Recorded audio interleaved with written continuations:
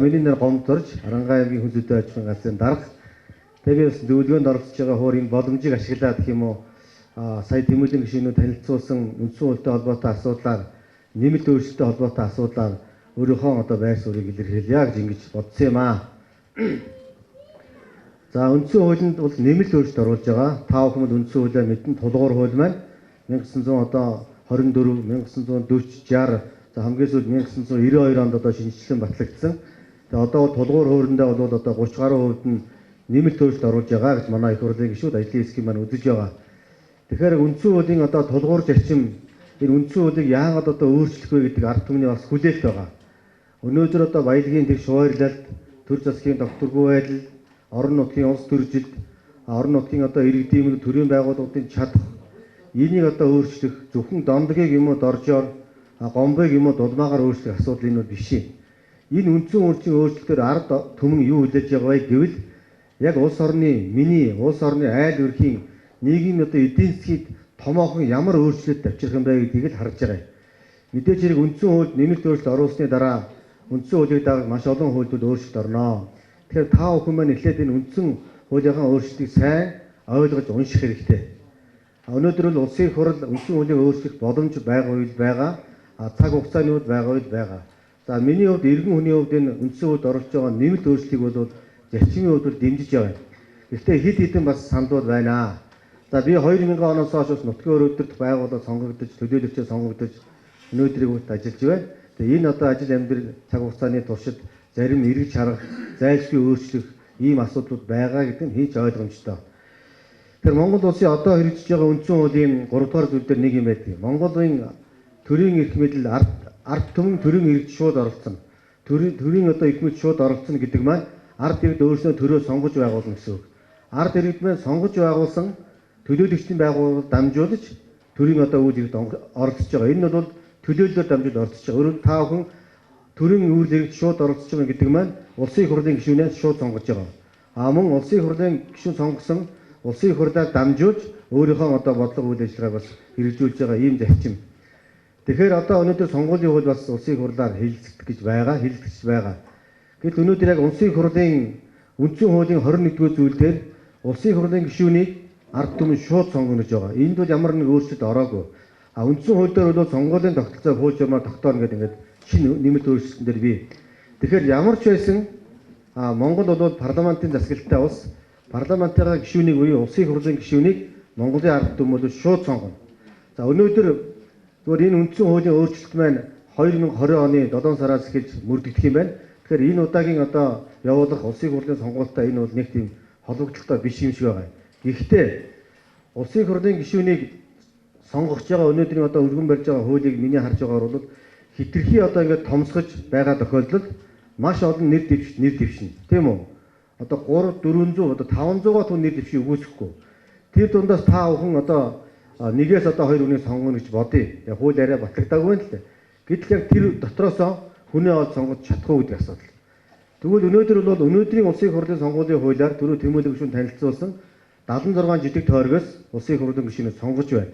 За энэ мэдээж хэрэг амьдралд бас 76 жижиг тойрог маань улсын их хурлын гишүүнтэйгээ харилцах, улсын их хурлын гишүүн маань одоо орон нутгийн юм уу аймаг орон нутгийн асуудлыг шийдвэрлэх талаас нь үр дүнтэй. Гэхдээ альбаа асуудлаар бас дундын хуулиуд байж болно. Тэгвэл бид нар Монгол улсыг одоо яагаад тойргийг нь бүсчиж одоо бас болохгүй гэж тийм ээ. Улсын их хурлын тойргийг бүсчлээ. Манайх ч эдийн засгийн хувьд бас бүсчилж ирсэн бол улсын их хурлын тойргийг бүсчлээд одоо баруун бүс, зүүн бүс, төвийн бүс, хангаан бүс одоо өмнө бүсүүдийн мөнгө хуваагаад тэр дундаасаа улсын их хурлын сонгуулийнхаа тойргийг бас байгуулж болох ийм талтай.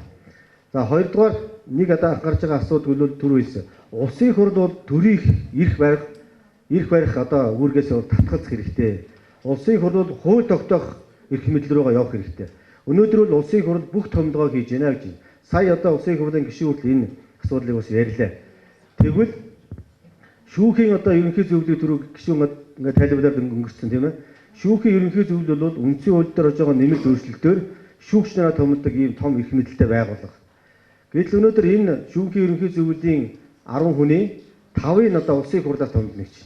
Тэгэхээр улсын их хурл өөрөө хамтын шийдвэр гаргадаг нэгэн бодлын улс төрийн намаас нэр дэвшиж сонгогддог гишүүнтэй улс төрийн байгууллага. Тэгэхээр улс төрийн байгууллагаас нэр дэвшүүлж сонгоно гэдэг бол тодорхой хэмжээний бас улс төрийн хамаарал бүхий байна гэж бид нар ойлгож байгаа. Тэгэхээр энэ улсын их хурлууд энэ шүүхийн болон бусад байгууллагын хүмүүсийг томилдог энэ эрх барих төрийн одоо энэ томилгооноос татгалах нь зүйтэй бид нар би бас санал байгаамаа. За нөгөө төгөр орон нутгийн нутгийн өрөөдөрдөх ёстой холбоотой нэг санал байна. Жишээ нь Монгол улсын төрийн хэлсэн төрийн эрх мэдэл бол ард түмэн төрөө шууд сонгоно гэж байгаа тийм үү. Тэгвэл төлөөллийн байгууллагаараа дамжуулж үйл ажиллагаагаа эхэлнэ. Гэтэл өнөөдөр төлөөллийн байгууллага маань бол сумын иргэдийн хурал, аймгийн иргэдийн хурал, улсын их хурал байх ёстой. Төлөөллийн байгууллагаараа дамжуулж гэдэг нь үндсэн хуулийн дээр байхгүй. Одоо яг энэ дээр ямар өөрчлөлт орох гээд байна вэ гэхээр та бүхэн сумынхаа иргэдийн хурлын төлөөж 21 төлөөлөгч баярж бодъё сонгоно тийм үү. Тэгэхээр тэр 21 төлөөлөгч дахиад нэг төлөөллийн байгууллага сонгох гэж байгаа байхгүй юу? 21 төлөөлөгчөөс чинь за өндөр улаан сумнаас 3 юм уу 2 хүн байлаа гэж бодоход тэр 21 төлөөлөгчөөс 2 хүн аймгийн иргэдийн хурал төлөөлөгчөд сонгогдох нь байна. Тийм маягаар сонгогдсон аймгийн хурал маань ерөнхий сайдад аймгийнхаа засаг даргын нэр дэвшүүлнэ. Тэгэхээр энэ өөрөө үндсэн хуулийнхаа суур зарчимтай зөрчилдөж байгаа маа. Төлөөллийн байгууллагаараа дамжуулна гэдэг маань дахиад нэг төлөөллийн байгууллага дамжаад дахиад нэг төлөөллийн байгууллагаар дамжуулж үйл ажиллагаа явуулах бас энэ бол болохгүй. Харин өнөөдөр бол орон нутгад одоо улс төржил намчирхал их байна гэж үзэж байгаа бол аймаг сумын иргэдийн төслийн хурал намаас нэр дэвшүүлж болж хэрэгтэй. Тийм үстэй тийм ээ. Өөрөөр хэлбэл улсын их хурал бол улсын бодлого гаргадаг, хууль баталдаг, улс төрийн том шийдвэр, улс орны хэмжээний том шийдвэр гаргадаг учраас энд бол нам бол хүнээ нэр дэвшүүлнэ. Тэгвэл аймаг сумын иргэдийн төлөөлөгчийн хурал намаас нэр дэвшүүлж гэж болчихлоо. Өнөөдөр намаас нэр дэвшүүлж байгаагаас болоод орон нутагт тийм ээ суманд багт бүр айл өрг төрөлтөл бол гэрийн одоо гэр бүлийн усуудын дотор ингээд намчилгалт байгаад байгаа шүү дээ. Энийг болиулж үзэж байгаа бол орон нутгийн иргэдийн хурлуудын нэр дэвшүүлж байгаа зарчмыг одоо намаас татгалзуулъя. За зардал одоо хэвнэх үүднээс гэж бас ярьж байгаа. Тэгвэл сумынхаа засаг даргыг бид нар сумын ард иргэд сонгож л байгаа юм чинь сумын засаг дарга сонгож байгаа саналын утсан дээр аймаг төлөөлөгчийг яагаад гэвэл бичиж болохгүй байна. Энд ерөөсөө илүү зардал гараад байгаа юм бол байхгүй. Тийм учраас энэ манай гишүүний танилцуулж байгаа төслийг бас ажлын хэсгээр ярих бах, улсын их хурал дээр ярих бах, энэ нутгийн өөрөө өдөртөгчийг сонгож байгаа өнөөдрийн тогтолцоо бол нэг их хөндөд хэрэггүй. Хэрвээ хөндөгч байгаа бол тодорхой зүйл дээр ерөөсөө орон нутгийн иргэдийн хурал нэр дэвшигчийг бол намаас нэр дэвшүүлэхгүй. За сумын засаг даргыг бол аймгийн сумын засаг даргыг ард нийтээрээ сонгож байгаа бол сумын засаг даргатайгаа хамт аймгийнхаа иргэдийн хурлын төлөөлөгчийг хамтдан сонгох хэрэгтэй гэж би ингэж үзэж байгаамаа. Тэгээд би өнөөдөр бас та бүхний зөвлөгөөнд оролцож энэ үндсэн хуулийн танилцуулгыг сонсож байгаагийн хувьд бас орон нутгийн иргэдийн хурал өөрөө өдөрт gasны байгууллагууд бас багагүй хугацаанд ажиллаж ирсэн хүний хувьд ер нь энэ орон нутгийн иргэдийн хурлыг чадваржуулах асуудал хамгийн чухал байгаамаа. 2008 онд төрийн албаны хуулинд өөрчлөлт орсон. За зарим санаж байгаа, зарим санахгүй баг. Төрийн албыг бол улс төрөөс ангид байлгана гэж төрийн албан агч нар бүгд улс төрийн намаас зүтгэлсэн байгаа. Тэгвэл өнөөдөр сумын иргэдийн хуралд ямар хүмүүс нийт дэвшиж байгааг та бүхэн өөрснөө мэдж байгаа. Бидний дундаас бизнес эрхэлдэг, мадажхуун салбарт ажилладаг улсууд маань нийт дэвшиж байгаа. Тэгвэл ганцхан иргэдийн хурал маань хөдөө аж ахуйн салбар, мадажхуун салбарын асуудлыг шийдэхгүй. Орон нутгийн хэмжээний эдийн засаг нийгмийн асуудлыг бүхэлд нь шийдвэрлэнэ. Боловсролын асуудал, эрүүл мэндийн асуудал, татварын асуудал, газрын асуудал гэдэг. Тэгвэл энд сонгогдсон байгаа төлөөлөгч нарыг чадваржуулах тийм ээ. Тэдгээрийн боловсролыг дээшлүүлэх асуудал бол яа харахгүй чухал юм аа. Тэгээ энэ удаа оруулж байгаа үндсэн хуулийн одоо өөрчлөлтөөр бол зарчмын одоо гол тодорхой асуудлыг бол ус дэмжиж байгаа. Зарим асуудлыг бол ажлын хэсгээр ярилцаж эргэж чад засаж сайжруулах шаардлагатай байгаа хаа гэж үзэж байна. Ингээд та бүхэнд баярлалаа. Би Архангаигийн Өндөр улаан сумын Ханувагийн засаг дарга Ганбатын дахид төвчин гэдэг хүн байна. За надад нэг 2 санал байна. Би өөрийнхөө мэддэг одоо шатныхаа тухай яриа тэгэхээр би дээд шатныхаа тухай бас нарийн сайн мэдэхгүй учраас бас олон дол аймаараад яг уу. Одоо нутгийн удирдлагын тогтолцоо боловсронгуй болгохтой холбоотойгоор нэмэлт өөрчлөлт оруулж байгаа юм байна. Би бол Улаанбаатар хотод амьдарч ирсэн. Хороонд ч амьдарч үзлээ, Багдан ч амьдарч үзлээ. Адилханд одоо анх шатны нэгжүүд ер нь бол одоо өөрчлөлт ярьж байгаа төрөл улсын ихний гишүүд бол нэлийн маргаантай. Хороог бол одоо их хүн амтай гэдэг тэр гэж байгаа болоод баг бол дархман сууршилтай. Тийм ээ энэ тэнд амьдардаг учраас бол нэг хол зөрөө ялгаа гарахгүй хаа гэж бодож байна. За саяны гомтой дарахтаа бол санал нэг байна. тэр сумын иргэдийн нийтийн хурлыг намгүй төвшүүлэх. Тэр хуулийг бол маш зөв хууль. Ер нь бол хамгийн доод шатанд гэр айлт ч гэсэн энэ намжирхал бол нэлээд их баг. Үүнээс болж улс орны барга хөгжлийн гол тушаан бол энэ дээр бол байгаамаа. За дараа чи яг энэ хуулиураар явуулах юм бол миний санал бол юм байна. Багийн дарга сумын засаг дарга томилно гэж. Сумын засаг даргаыг энэ хуулиураар явуулах юм бол намгүй төвшүүлэх хэрэгтэй. Намгүй төвшүүлэх хэрэгтэй.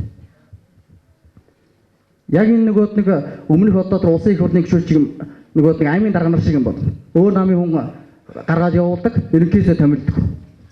Яг тийм асуудал. Эндээс өөр намын хүн гарчдаг, аймгийн засаг томилдог.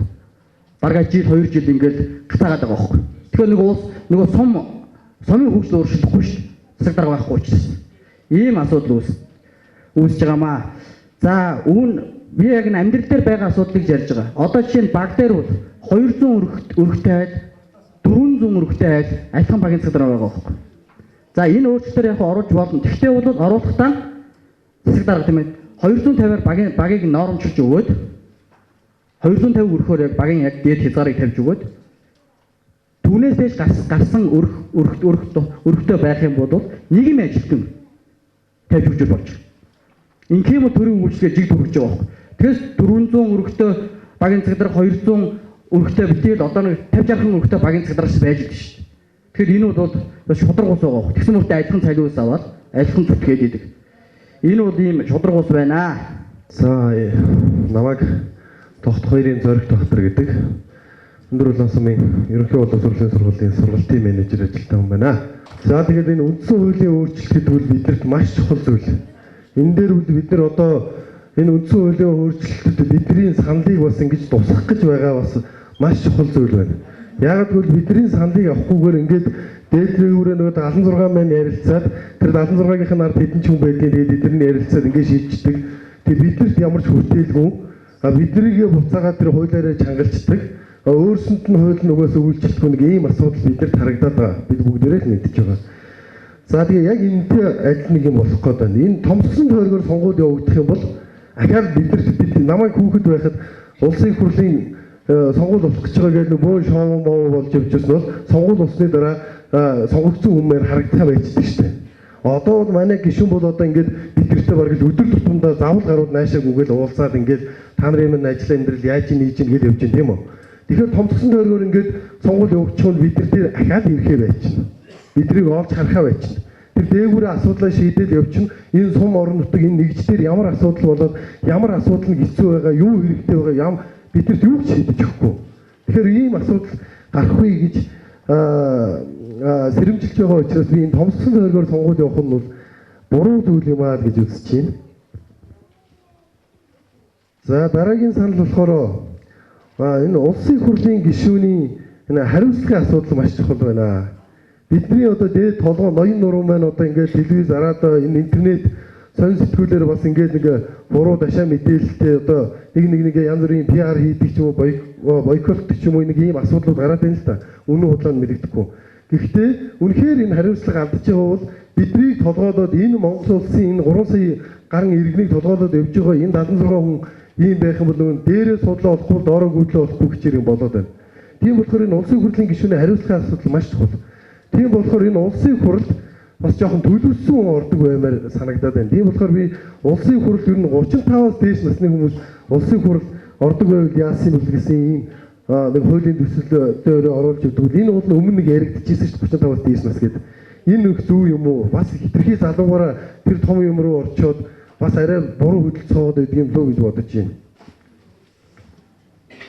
За дараагийн асуудал болохоор энэ нөгөө нэг нутгийн өрөө өдөр тусны байгууллагын сонгуулийн асуудал байна л да.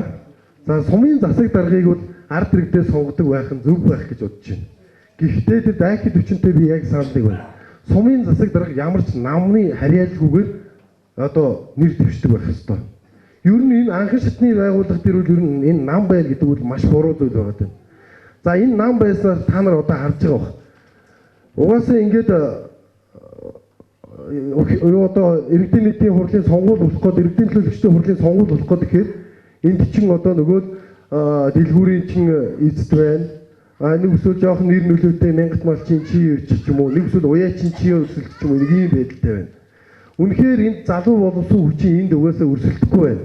Буцаагаад энэ 21 дотор ч 27 дотор ч гол асуудлаа ярих гэхээр энэ хүмүүсийн чинь бас нэг ёстой төрөний гомд унш даргыг хэлдгээр үнэхээр энд чинь том асуудлууд яригдана. Боловсролын асуудал маш чухал байна. Тэгэхээр энэ боловсролтой хүмүүсийн чинь хуулиар нь хорчод байгаа байхгүй юу? Өрсөлдөх ямар ч хэрэггүй болчихж байгаа. Энэ намын яриатай болчиход тэгээд байгаа байхгүй юу? Намын яриагүй байх юм бол энэ боловсролтой хүмүүс чинь эндээ ороод үнэхээр энэ сум орон нутгийн төлөө асуудлаа ярьдаг.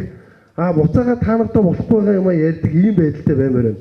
За яг сүүлийн 4 жил яг саяны орон нутгийн сонгуулиас хойш сумын иргэдийн хурлын төлөөлөгч нар овоо идэвхтэй ажиллаад байгаа.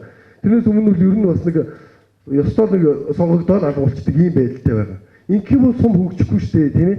Ингэх бол сум хөгжихгүй. Тийм учраас энэ анхшилтны байгууллагад нам гэдэг юм баймааргүй байна. Тэгээ энэ залуучууд чинь угаасаа хараад их юм бол залуучууд чинь үнэхээр нам дургүй байгаа учраас энэ сонгуул руу ч орж ирэхгүй байгаа байхгүй юу? Тэгээгүүл наадвал чинь энэ ард иргэдийн төлөө, энэ орон нутгийн төлөө бас хүчин зүтгэх ийм хүсэл эрмэлзэлтэй залуучууд зөндөө байгаа шүү дээ. Сургууль боловсрол соёлтой ийм залуучууд зөндөө байна. Та бидний хүүхдүүдээс эхлүүлээд.